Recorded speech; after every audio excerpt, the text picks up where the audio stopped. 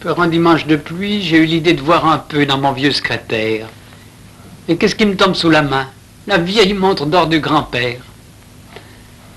En la regardant, j'ai vu tout à coup la chère vieille figure du grand-père. Quand il remontait sa montre et qu'il disait « Il y a 20 ans que je la porte, elle marche toujours ». Il me racontait aussi comme j'avais du plaisir au tic-tac et à la sonnerie de sa montre quand j'étais un tout petit au berceau. Oui, oui, et puis le petit au berceau est devenu un crapaud qui s'amusait à lancer des grenouilles par la chambre.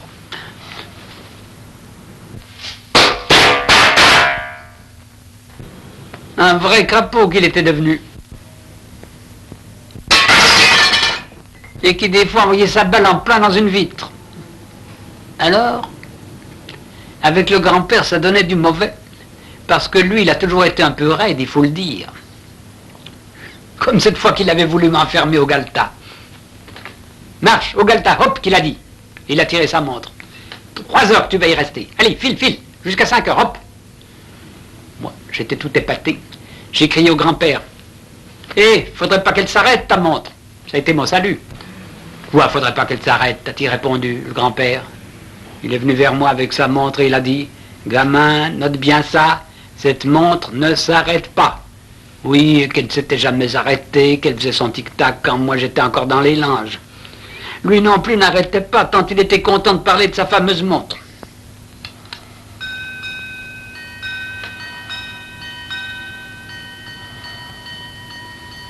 Plus question de m'enfermer, et depuis j'ai su comme il fallait le prendre, le grand-père. Le crapaud à culotte courte est devenu un crapaud en pantalon. Il a une bonne amie. Il se figure qu'il peut déjà fumer comme un homme. Et pour la première fois, il se permet de rentrer un peu tard. Le grand-père sort de sa chambre, sa montre en main, et me dit « Comment, tu rentres à 11h03 ? C'est un scandale, mon garçon !» Mais ça ne m'a pas fait grand effet. Elle avance ta montre, que je lui ai répliqué. Ça produit le même effet. Quoi, elle avance, a-t-il dit.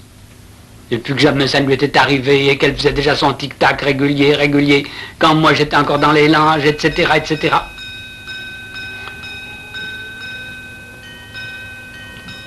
Et de nouveau, il en avait oublié ma rentrée tardive.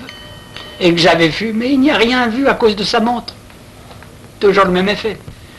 Une fois, c'était après mon examen de doctorat, j'avais fait un peu trop la fête.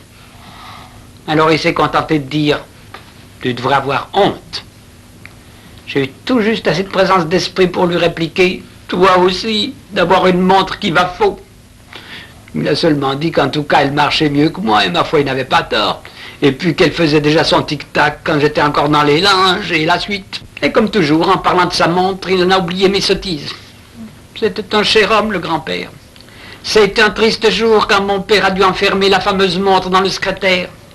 Mais la petite histoire de la montre du grand-père, on ne l'oublie pas dans la famille. Les crapauds en culotte courte et les crapauds en pantalon qui sont venus après moi, ils savent parfaitement qu'avec cette histoire-là, on peut détourner l'orage qui menace. Quand mon cadet a fait une bêtise, il commence toujours par dire « Papa, ta montre va faux ». Alors il ne me reste plus qu'à rire en dedans parce que je sais qu'il a fait une bêtise. Ou bien, quand l'aîné a dépensé trop vite son argent de poche, il n'a qu'à dire « Papa, ta montre va faux ». Alors je n'ai qu'à lui demander « Combien ?» Moi, ce que j'ai hérité du grand-père, outre sa montre, c'est d'être fier de la mienne. Et elle a un aspect un peu différent, c'est sûr, mais elle marche exactement comme celle du grand-père. Et comme celle du grand-père, c'est une Tissot. Si celle du grand-père marche encore, regardez-moi ça si elle marche. Pour dire qu'elle a sûrement déjà dans les 80 pour le moins. Une Tissot comme ça, c'est un pur chef-d'œuvre, une chose qui dure. Et un autre, aujourd'hui, quand on pense, elle est automatique. On n'a jamais à la remonter.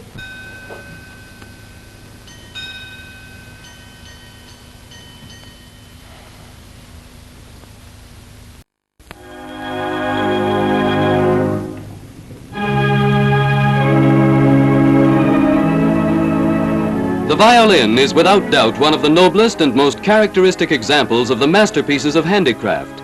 It was by basing himself upon a century-old tradition that Stradivarius, by his art and skill, created an instrument which attained the height of perfection. And the pride of the craftsman was indeed justified in his signing his masterpiece to immortalize his name. Equally well known to us is a name which was for our ancestors already the symbol of a masterpiece. For almost a century, the Tissot family has taken an active part in the perfecting and developing of the watch. These modern masterpieces are the fruit of many years of research and scientific experiment on the part of the members of this profession and of the employment of new methods helped by the use of incredibly precise instruments.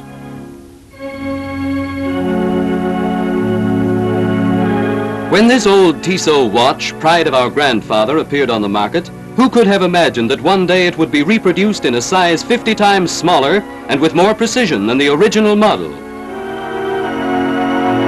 Here is the fine mechanism of this new timepiece. If we compare it to the mechanism of a man's ordinary wristwatch or to the tip of a match, we will better understand with what care it must be constructed. One must look under the microscope to realize the sensitiveness of the movement and of the different parts. Some of them are no bigger and often much smaller than the tip of a match. Now we see how minute are certain parts of the Tissot watch. Even with tweezers, it is often difficult to take hold of these parts. 50,000 of them barely fill a thimble, and many are small enough to enable them to be placed on the wing of a fly. These are the dimensions used in making a Tissot watch, and these 50,000 minute parts, what are they? The microscope gives us the answer. They are extremely fine and delicate screws. Compare them to this fly's wing. Because of their small dimensions, these parts must be processed to 1,000th of a millimeter. 1,000th of a millimeter is 1/50th of the thickness of a human hair. This is not a wire, but a human hair. Next to the important parts used for the setting up of the balance can be seen superfine springs and high-grade steel pivots. If we examine the pivots more closely under the microscope, we can ascertain that the tips are slightly finer than the human hair, however fine it may be. Even the balance, which is in constant movement while the watch is functioning, is much smaller than a thumbtack. Here you see under the microscope an enlarged photograph of one of these balances. Guess what this monster beside it is? It is simply the point of a thumbtack. We can consider as masterpieces of technical skill not only each part of the movement of the Tissot watch, but especially of the Tissot automatic. This watch continues to function over a period of years without the need of winding. There is in the watch a small winding mechanism, a tiny pendulum which winds the watch at each movement of the wrist.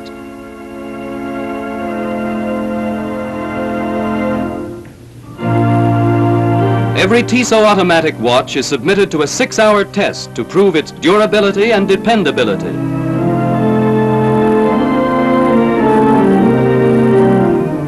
But of what use is protection against shocks if the glass is breakable?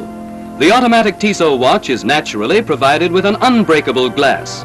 Moreover, it is non-magnetic. Thus, the Tissot watch may take its place among the modern masterpieces of technical skill, a creation of scientific correctness and precision, shock-proof, non-magnetic, and equipped with a self-winding device. These are the features of the Tissot automatic. Each Tissot movement is fitted to a case of unique construction and design. Each model is an individual creation of world-famous Geneva designers whose traditional craftsmanship enjoys universal renown. Here are but a few of the latest Tissot creations. Your jeweler will be pleased to show them to you.